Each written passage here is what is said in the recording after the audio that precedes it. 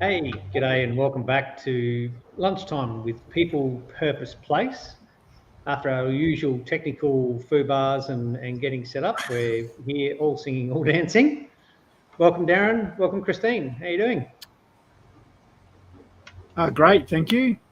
What about Yeah, yourself?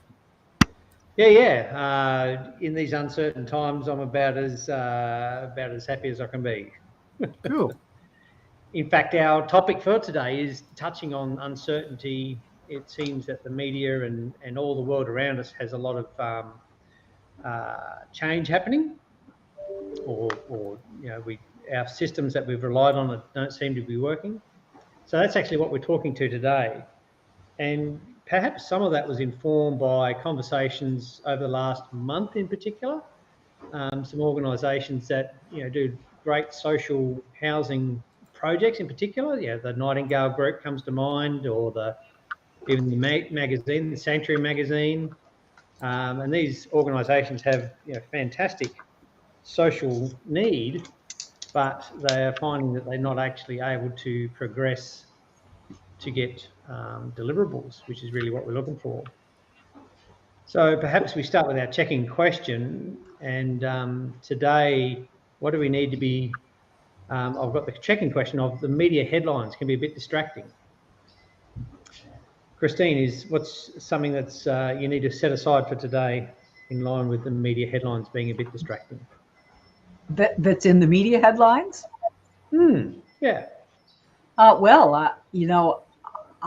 actually think that the endless headlines about the housing crisis are sort of distracting for me, because you two have come up with a solution, not the solution, a solution. Yeah. And so we have something to work on. We don't have to work this out. We have something that we're working on. We don't want to hear all that blather, because the blather is about, sort of hyping up the drama enough for people to get concerned.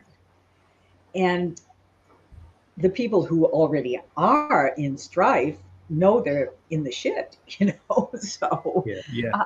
I just think that I think, though, at the moment, those headlines about housing crises are not serving to focus my mind, but are distracting me. Very interesting, because it's the subject I'm thinking about. You'd think it would focus me, but it doesn't. That's my check-in. Thank you. And how about you, Darren? I'm still a bit damp from. I hope you can hear me, because we got quite a bit of rain happening up here. We got the leftovers of that cyclone from WA. Yeah. Okay? Good. Audio's good. Following a little bit on from, and I find that quite interesting as well, Christine, which is maybe some pondering a little bit to have a think about that, because that was actually, you stole my answer, so now I have to make up another one. No, but I actually wonder whether part of that is about the impact on you. Like, I'm the same way. I'm hyper aware of the housing stuff, because I continually either get frustrated by what I see or roll my eyes with, seriously, are we talking about this crap again, without anyone really mining down to it. But I wonder whether, and that might even follow into our whole topic of today about uncertainty, because those are impacts that we feel like we're directly engaged with. We're almost like radaring for the stupid. But imagine for everyone else, they might have the same thing that's popping up in their news feed or in their media response, whether it's about jobs, if you're looking for a job, or whatever might be your impact. And I suppose that's why media is so powerful, right? Like, it catches our eye where we are. Like, I remember hearing that statement about, when you're buying a car, you want a red whatever, all you see is red whatevers when you're driving your own car out on the road.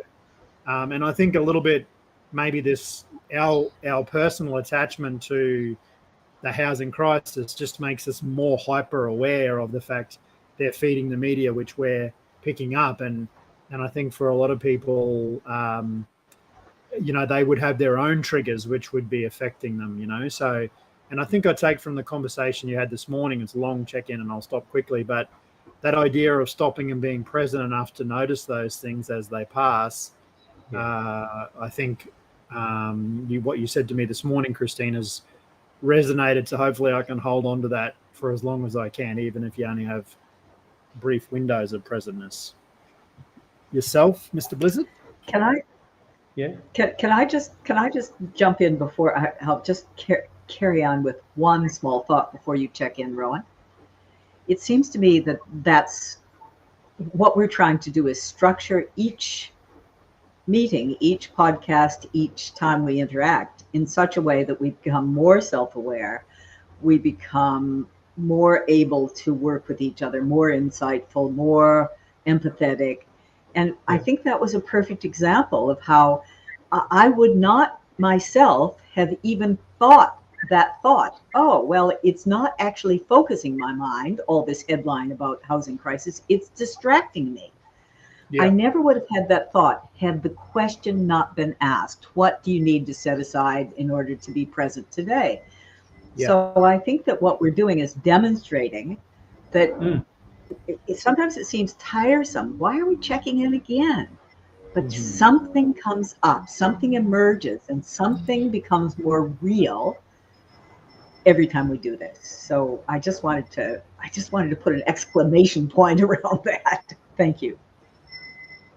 Yeah, thank you, Christine. Rowan? And for my check-in, certainly headlines. I'm very attuned that the headlines aren't serving the purpose that anyone thinks they're serving.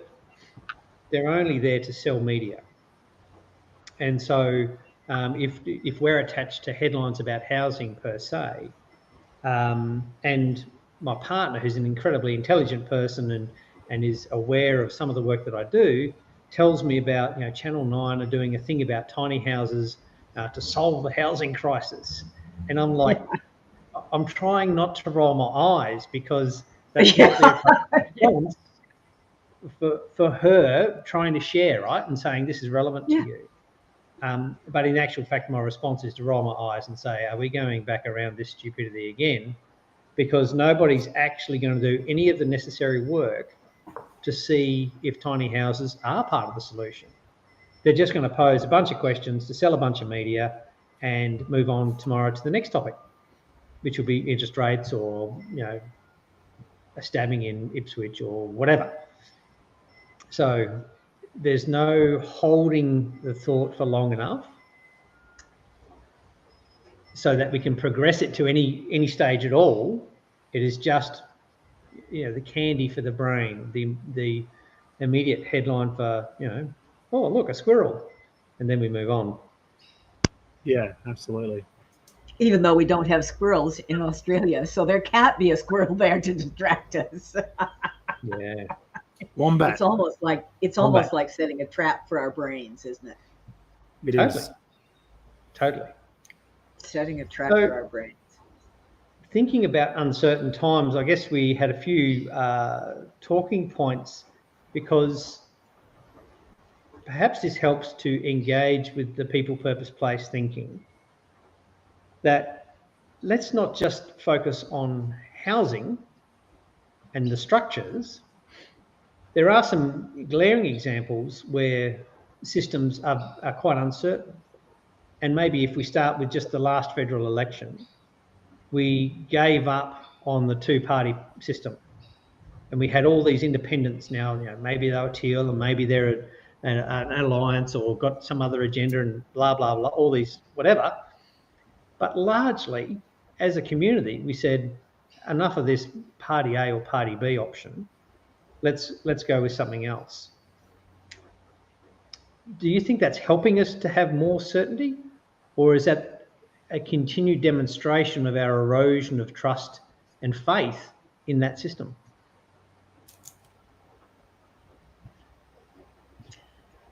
Boy, that is such an interesting question that you've asked. And I'm just going to do a really quick answer for myself, which is that I feel as though when we're talking about uncertainty, it actually, because I'm a change maker, I love to see the change. But I'm sure that thousands of other people are going, I'm too anxious with all these third-party blue, teal, whatever the heck these people are. Are they still hunters and fishers? Is it the return of Pauline Hanson? Is it, what are these people doing? Where's our foothold? Labor, live. Mm.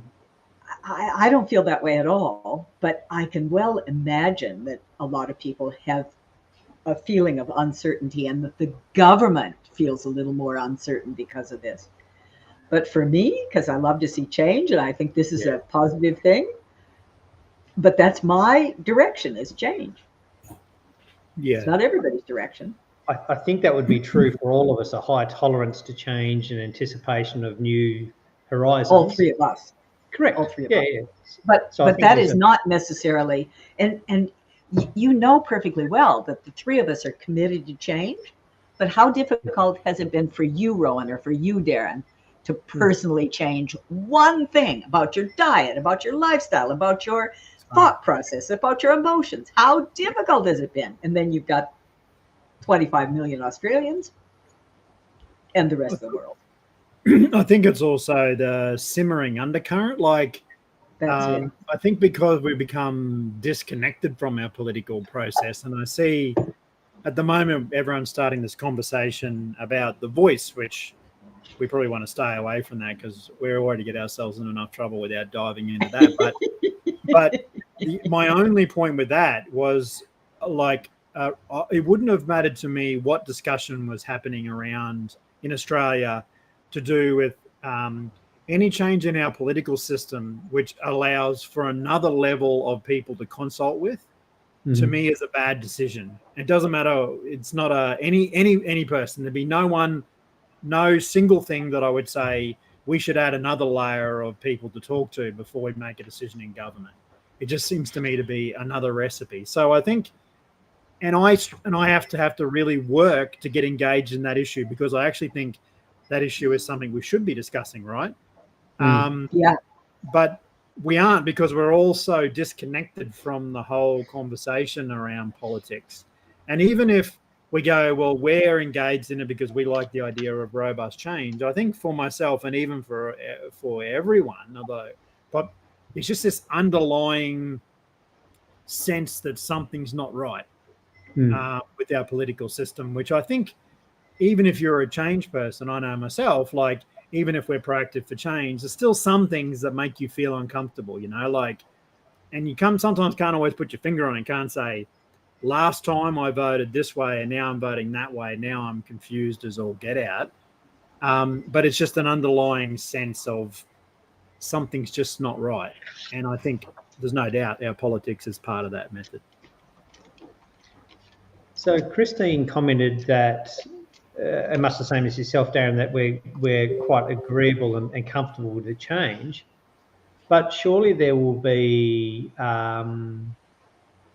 topics that you're less. So politics might not be the example, and housing might not be the example, because we're so comfortable with that space. So there must be something that you go, well, hang on, I'm really on less than comfortable ground, change in that area.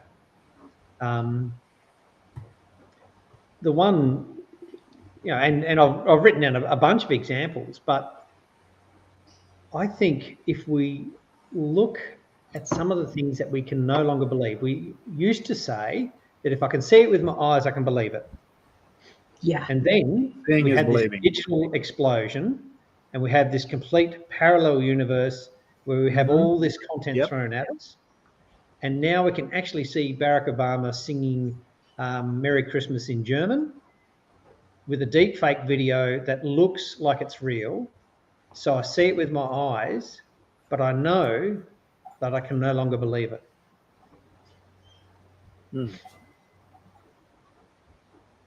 It's a problem. And it's almost like I just said, there's a bit of an excitement we go with that. And you wonder how we get into these places where we create this stuff. And you can see a lot of it was created with, obviously incredibly brilliant people coming up with, an amazing thing to do, to say, how can we extend this technology to somewhere new? But it does get to the point where we obviously pass a line in the sand, and we all go, I wonder how that can be used, or, as you alluded to, even getting on to, the chat GPT stuff, could we be replacing real human thought with someone else's version? And I know the education system is already freaking out about this as an issue, to say, wow, like, how do we know our students are producing this? And I think, Rowan, you might have even mentioned it was original motivation was around marketing campaigns. So how do we, are we removing have we literally got rid of marketing businesses by the thousand in the last short period of time, just because of the fact, why would you hire a PR company? You just go, well, how would I respond to this? Should this happen?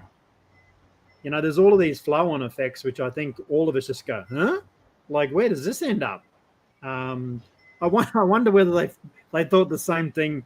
We've had this conversation a few times, but when they first got the horse-drawn plow, are we in that revolutionary moment where we're going, wow, these things are changing the way we live forever, that can probably never be undone? That's right. The cork's out of the bottle and the genie's out, and I don't think we'll ever get it back in now that we've glimpsed it. And it's part of the connectivity of this digital space. It's now so widely spread and diversely spread that everyone's got it. So even if 10 countries said we're going to ban it and outlaw it, there's 250 other countries who will have various incarnations ticking away at it. I think, to me, and this has become really clear in this process and this journey, which when we first had the internet, there was an absolute belief intent to empower humans, to improve humans' lives. So that was absolutely the intent. Yes. Absolutely not convinced that that's the case today. And it was the expectation. It wasn't just the intent. It was we all expected to come closer together because of the internet, didn't we? We actually conned ourselves into thinking that would bring us together. Why did we miss? Why were we so uncertain then about what the outcome would be? How did we misjudge that so badly? And aren't we more uncertain because we misjudged that so badly? I don't know. I mean, one of the things that I remember hearing just recently is this conversation, and I have to really understand it better. And I'm trying to remember the book that reminded me of it, but they were talking about this idea that humans have historically had coordination failure for the history of us. And I don't understand that term well enough, but I've done a little tiny bit of research enough to know that we don't always know where it starts to where it finishes. Like, we're very bad at anticipating where this thing can go because of all the variables in regards to coordination. So coordination failure quite often happens with, hey, wow, I didn't realize we created the plow. Now we appear to be masters of the universe, and we are disconnected from nature in a intrinsically human way. And there was a flow on that no one could have thought of to go from one spot to the other. And I think, there's stories of that with, the blokes who designed a nuclear action going, wow, look at this explosion of energy. Until Oppenheimer said, we're gonna just kill the whole world with this. And the realization of, wow, that's not really what I thought it was. And I wonder whether that's as purely as we've gone in with the same naivety with the internet, and now we go, wow, there's some crazy stats out there that still something like 60% of the internet is porn, or whatever might be the case. It was meant to bring us together and have genuine human interaction and connection. And where do we go wrong? Or where do we go right? I think there's a really good, if you stop and think about it, how would it feel to be a hunter-gatherer? You don't even have a house. So, your homing problem is not, you just go and build one. If you need a shelter, you just go and build one, right? Yeah. And all of a sudden, you've got this other person who's actually plowing and planting and settling and building a permanent dwelling. But nobody's saying, that the average height of human beings is going to shrink because of malnutrition, because farmers are not as well nourished as hunter-gatherers. you know that your teeth are going to rot, and you're going to be in incredible pain as an old person because your teeth are rotting because of all this terrible food that you're eating. And you think that it's going to expand the world and turn you into a, this safe place where we always have enough food and abundance is there for everybody and nobody will fight anymore. And in fact, it ruined their health. Everybody started fighting worse. I mean, why are we so bad at predicting what the unintended consequences of a revolution are? Look, it's challenging, no doubt, and we can't possibly know. But I wonder if we're not doing any of the checks and balances. So, for example, take some of our long-held systems, the church, the Bible. 2,000 years ago, there's this story that's been populated. Have we revisited that and have we checked it against our current version of humanity? Has it had an update or an amendment to meet with the digital age? Or is it completely disconnected from the advent of the internet? But can't answer the question. But maybe they're good checkpoints. And clearly the advent of the nuclear bomb you're not going to undo that. But if you have enough checks and balances and saying, hey, was this power and this free energy worth the cost we're now going to endure? Or where do we take this? Do we need to continue refining this technology so we use thorium, that we don't use military byproducts? And maybe part of that is maybe there's actually some inherently human story to that as well. And maybe that comes back to this idea of us seeking certainty all the time, but actually creating uncertainty.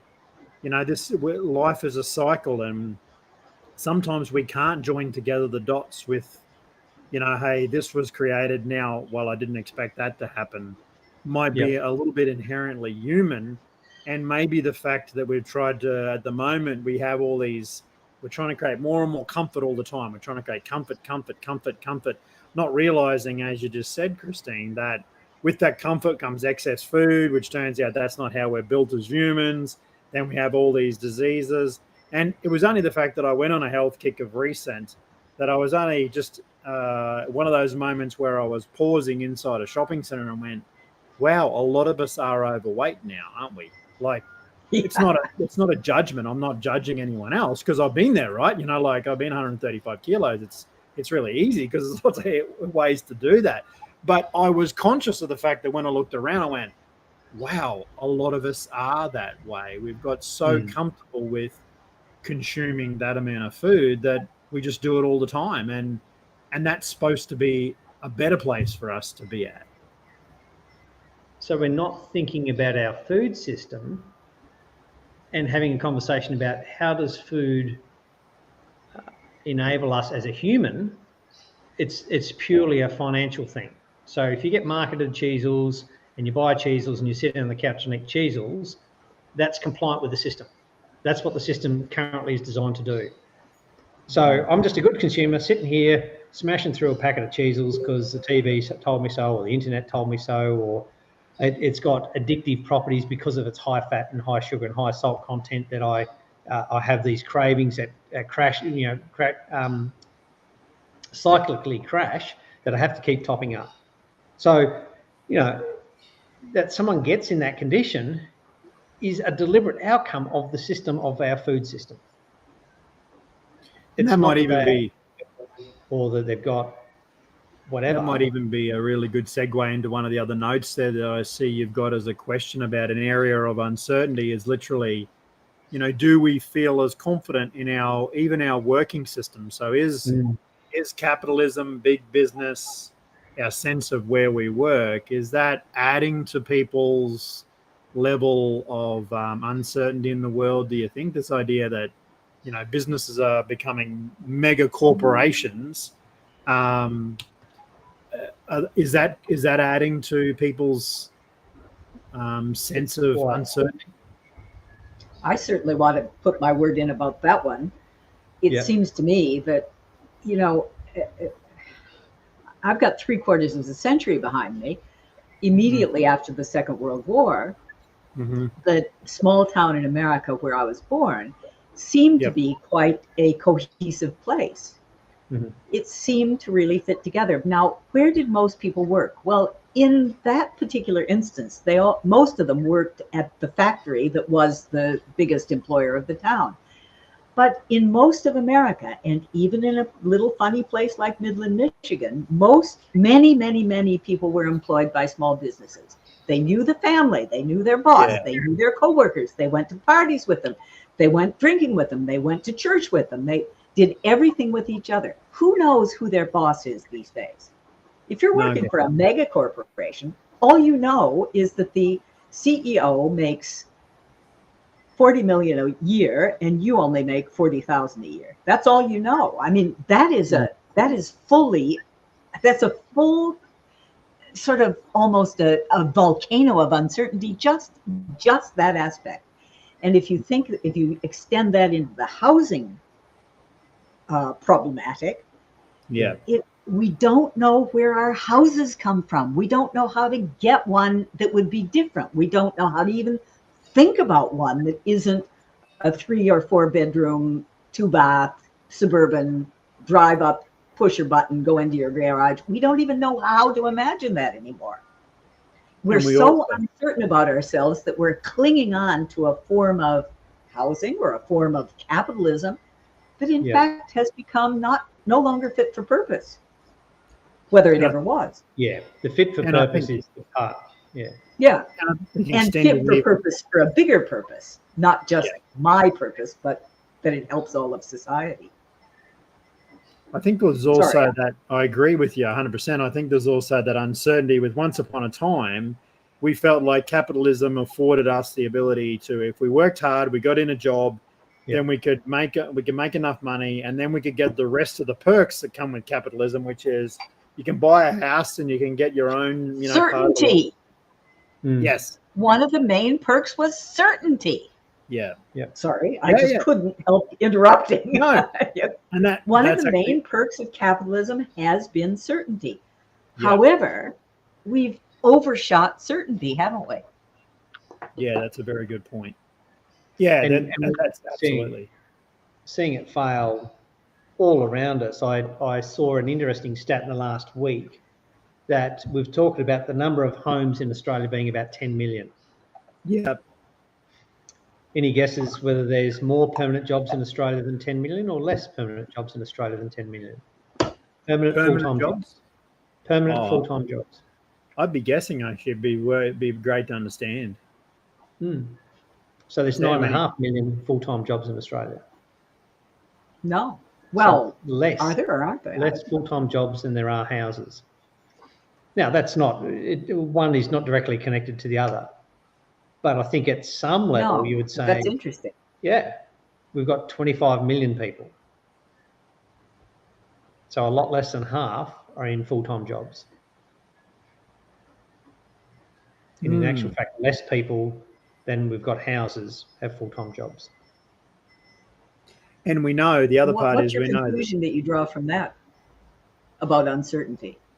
Well, I think so the disintegration of the taxi industry and the rise of the Uber and the gig economy.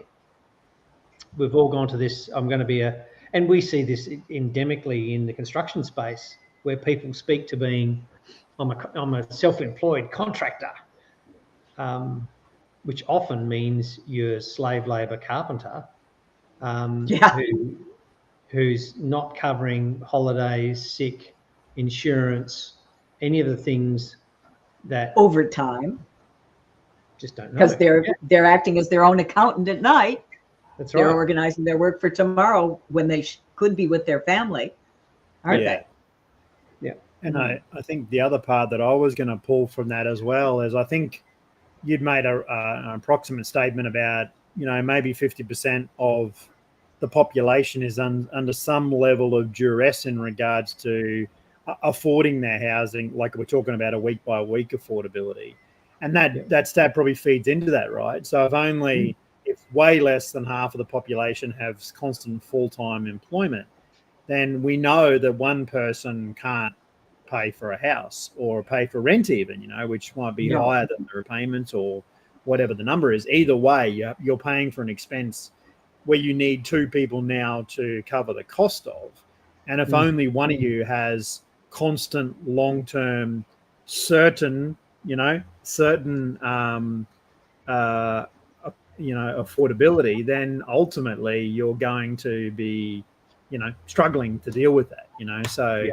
I think it's funny how these stats, and this is probably the conversation we need to be having, right? And it's great. We got a comment there from Oliver as well, but these are some of the conversations we need to be having, because as you mentioned before, they have the headline conversation, and no one ever dives into, well, what does all that actually mean, right? So, as you just said, the stat by itself may not mean anything, but if we've got 10 million homes and we've only got 9.5 million people permanently employed, how exactly are we surviving as a nation to be able to afford or to be able to live regardless of whether you're renting or owning? And maybe a really good question to follow on from that would be, is our nation actually viable economically? Because we have such a vast amount tied up in our housing, so that half the private wealth is tied up in residential property. So if these numbers actually mean anything, and I'm not that smart, I don't know that they do mean anything or not. But if they actually mean something, like we don't have enough permanent income to afford the mortgages that were written for half of our private wealth, and we have the other industry, the one other industry we have is dig it up and export it overseas. Yeah. Maybe our one-trick pony says that Australia Proprietary Limited is not even economically viable when you look at it at the basics. And I wonder whether what you've said there is really valid, in that we talk about other things that are making people uncertain. Is the global economy and our position in the global economy something that, because I think we have this lucky country, throw it out there, we're the lucky country, and every so often when you turn on the news, you go, like I saw there that the lady, I think it was in Lebanon, who broke into a bank to get her own money out to afford to be able to pay for her sister's medical care. Turned out to be a fake gun, and they nearly shot her by accident. But she was only trying to get in there to get her own money out, and you go, we are living in such a closed off version that even I imagine globalism, that those things you just joined together, which is, what is Australia actually doing here? Well, we got all our wealth tied up in property, which is for ourselves, which means it's worth nothing if you really, like, if you zeroed the ledger out, and then the rest of the stuff we're digging out and giving away. So what is Australia? Good question. Well, also, stop and think about it.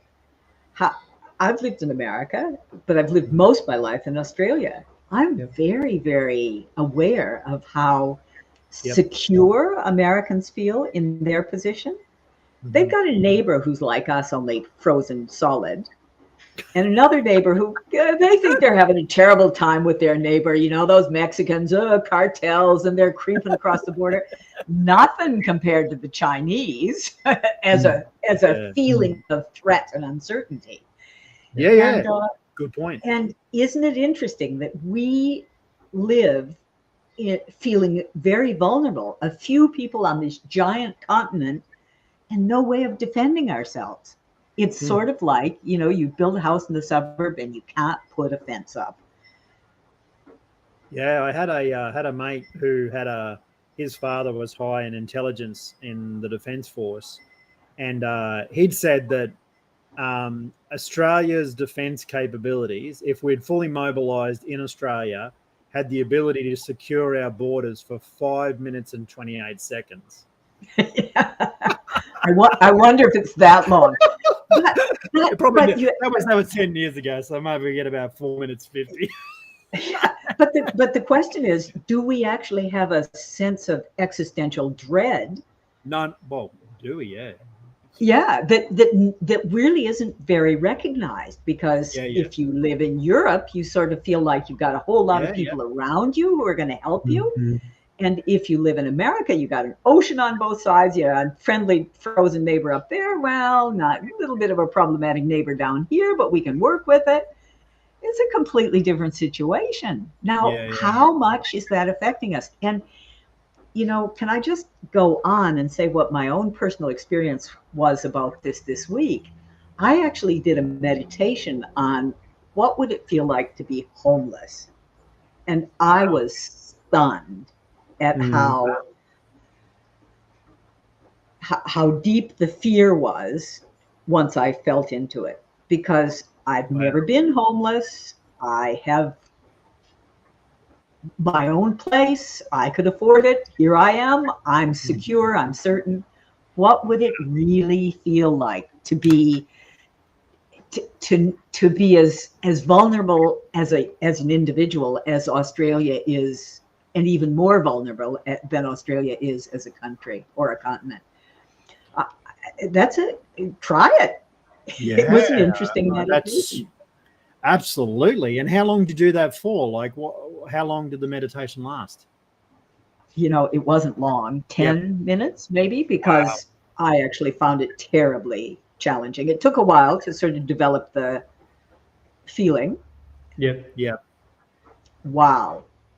Yeah, no, that's amazing. I had a not, and yeah, it's only because you mentioned it that I had a sort of, it's nothing like it, but on the weekend I was out bush, and there happened to be a lot of people driving around who are obviously, whether they were pig hunting or doing whatever. But I was conscious of the when I woke up at one time during the night, my brain did become hyper aware of listening for stuff in the distance.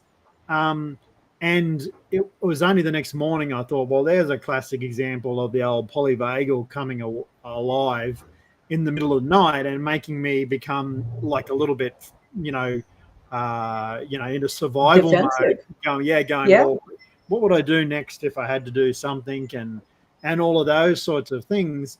And I think maybe we should. I'd love to know what the process you went through there, Christine, as well, because I think maybe we all should be considering that. And we're talking about our workshop series. We're going to jump straight into some work stuff here while we're in the middle of a podcast. But I think it would be incredibly powerful for all of us to spend that time actually, meditating on the idea, or mindfulness, or whatever you want to call it, to actually just sit. Because I actually felt a response when you said it. Like, so when you Did were you? saying, I Mm. actually physically thought about being homeless, I actually felt a little bit of that same feeling that I had when I was out bush on the weekend, of being Hyper aware. tuned. Yeah, Yeah. hyper aware is a great way Yeah. to put it. So I think that's a fantastic idea to bring the reality to people of, hey, what is this? What could this actually feel? And I think, extending on from your other point, I think that is actually, I think we might have thrown out that line, and we can argue about whether we're number 2 or number 5 in regards to our mental well-being comparison to the rest of the domestic world, with the Ukraine coming into number 1 as having Most depression. Yep. the most mental mental issues, and we're certainly in that top bunch. And I think you're right. I mean, I wonder whether Australia's problem is our simmering, like all these things are simmering. We had this, this level of understanding that we were this little capsule and we're the lucky country and nothing can really affect us. And we went through the global economic crisis, literally no issues. And I wonder whether now these simmering things are starting to come to the surface and we're not even aware of them. You mentioned China there, but they were our friends a couple of months ago. We're sending as much shit in their direction. Now we're starting to go, why are we now aligning? Why is our government now aligning itself back so strongly with America and the UK? Even if we don't know why, we must be internally questioning, I thought they were our friends. Why are they not in our friend group anymore? Yeah, there's some very big questions in all of that, and certainly more and more uncertainty from that. You know, I think it's so. not becoming clearer at any stage. $368 billion, which is like everyone's going, you want to do what? And then the question after that is, why do you want to do that? Yeah. Like, we've just got the checkbook out for an enormous amount of money that none of us can actually comprehend. No. And because, you know, military programs have always come in on budget and on time, so we shouldn't have to worry about it exceeding that number too much. All right. Oh, hang on. And But- the good thing is we can actually protect our borders for about 30 seconds longer. Well, the fact is that we would be like Ukraine if we were attacked. We would depend on the rest of the world to help us from being overwhelmed. But isn't that sort of the same situation that each individual is in? That particularly if you're homeless or houseless or shelterless, how do you get around the feeling of being so defenseless that anything could be an existential threat to you? Yep. And I think, you know, some of those fears we really have to face up to. I hope we'll find that in our workshop series, one of the things we work on is each individual's sort of existential fears about, how do I fit in this? How do I survive in this? How do I keep going? Yeah, absolutely. Everywhere. Yeah. And the question is, why are we so worried about uncertainty today? When hunter-gatherers apparently were not completely overwhelmed by uncertainty, and yet they sometimes didn't have enough to eat. I mean, they couldn't just open the fridge, could they? And I think that's an extremely good point. And maybe some of the stuff that people are getting out of our toolbox might be about some skills to increase your awareness and acceptance of uncertainty, so it no longer has the impact, right? You know, like, as you said, hunter-gatherers, from what I understand, when some of the stuff they're looking at is their sleep patterns were amazing. Yes, they weren't eating all the time, but they were certainly eating in rhythm with their bodies and what they needed to. You became a better hunter when you're gone for 3 days without food. Apparently, your focus became razor. You get very focused. I'm going to die if I don't find something to eat. That will focus your mind. Absolutely. The Hungry Jack's burger doesn't give you the same sort of obstacle, does it? You sort of drive up and to the drive-through, and they just throw it at you. Sometimes those wrappers are really hard to get into. Like they don't come out as easy. But I think I'm going to starve to death. Absolutely. And so one of the things I have hoped is our toolkit. It's not always about housing, right? Like ultimately, and this might even be a good point if Colby is actually not fallen asleep from all us rambling. But you know, Maslow's pyramid, which sort of is the underpinning understanding. Hey, look, he's all over it. CJ's all over it. So. You know, we talked about this. I mean, and the thing that I've found interesting, and we go into it in a fair bit of detail eventually when people do come along to our workshops, but we've sort of combined, you know, particularly we've tapped into, you know, Christine's extended working time, digging into all of these concepts and ideas, but we know that Maslow is one of those ones that most people have heard of, right? They've heard of Maslow's pyramid. You know, you've done a bit of staff training or whatever, and someone's brought up Maslow's pyramid, and so we're all familiar with it, right? And when you go down the bottom of this pyramid, you see some things, you go, well, how do we feel about those things today? Yeah. In our immediate society, they've just been monetized, haven't they?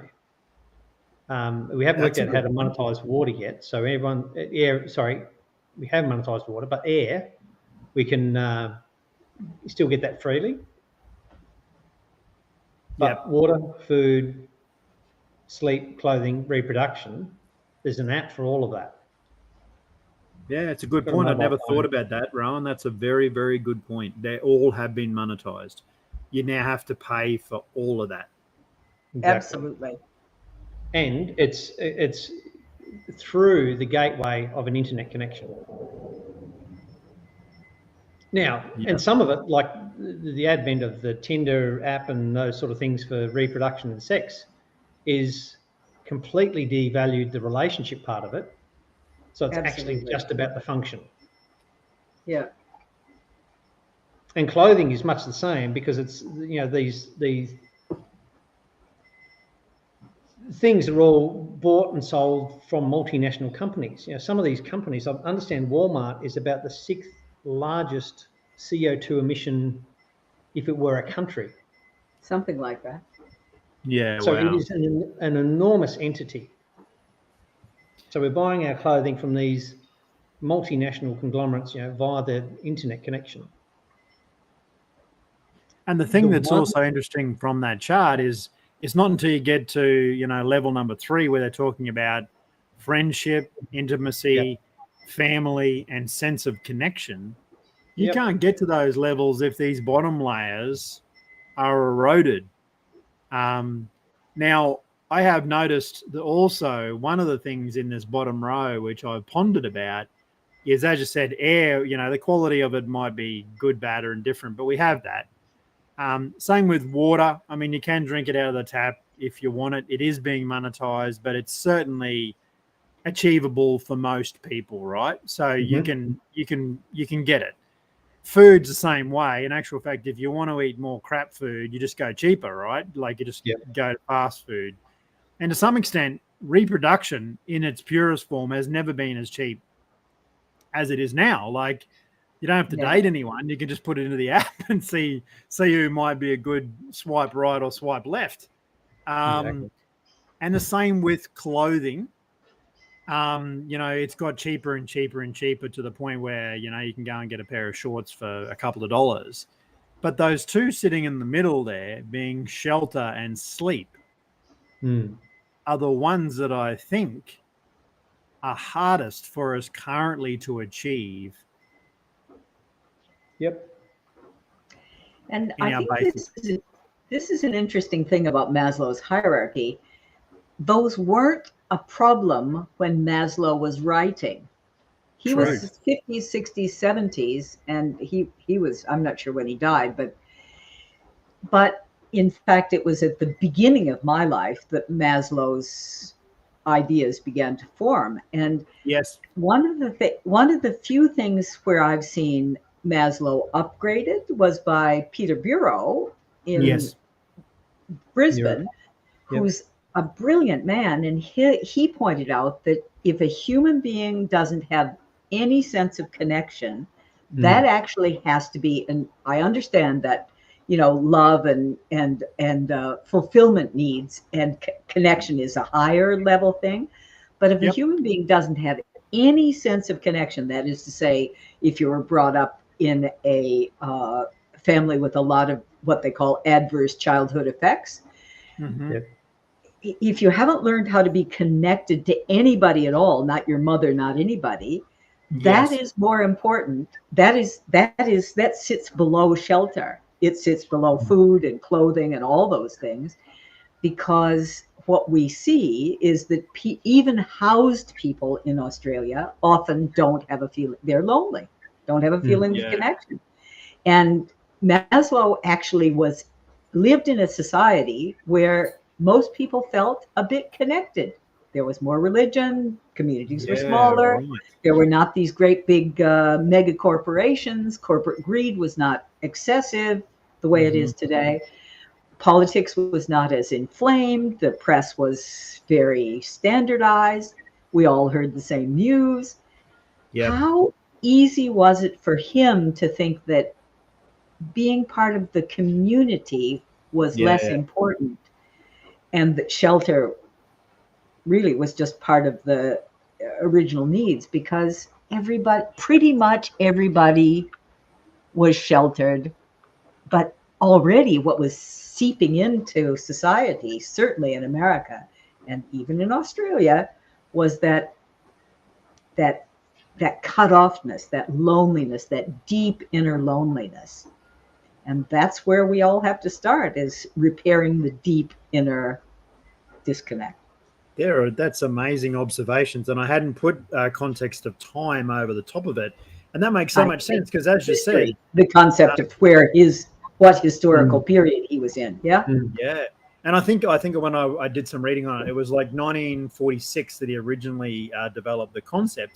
And as you said, you have this situation where back then probably food was harder to get a hold of than probably shelter and accommodation.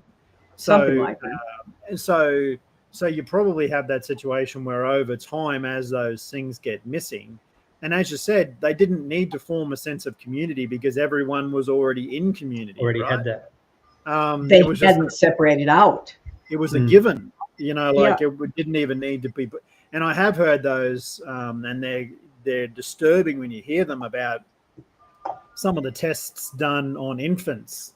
That if you separate a infant from its parental support system, they literally die. Like, they can keep giving them food, but they just stop living.